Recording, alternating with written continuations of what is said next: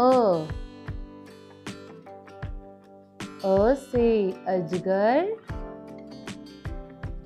अ से अनार।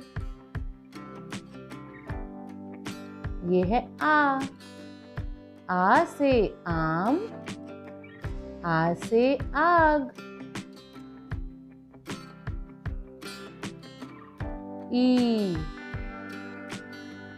ई से इमारत, ई से इमली।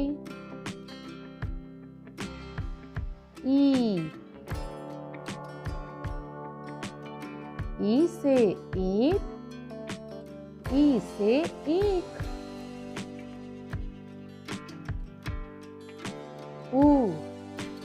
ऊ से उपवन, ऊ से उल्लू। ऊ से उषा, ऊ से ऊंट। री से ऋषि, री से ऋतु।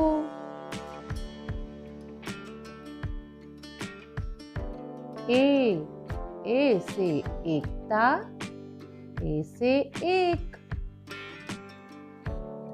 आई से ऐनक, आई से ऐरावत। ओ से ओखली, ओ से ओस।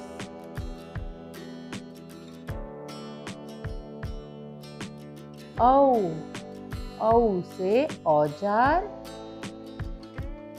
औ से औरत।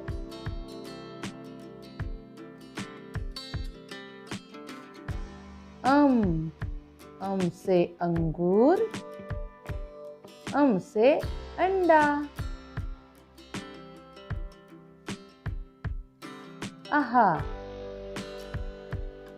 आहा है खाली, जैसे नमः और छ। बाय बाय बच्चों।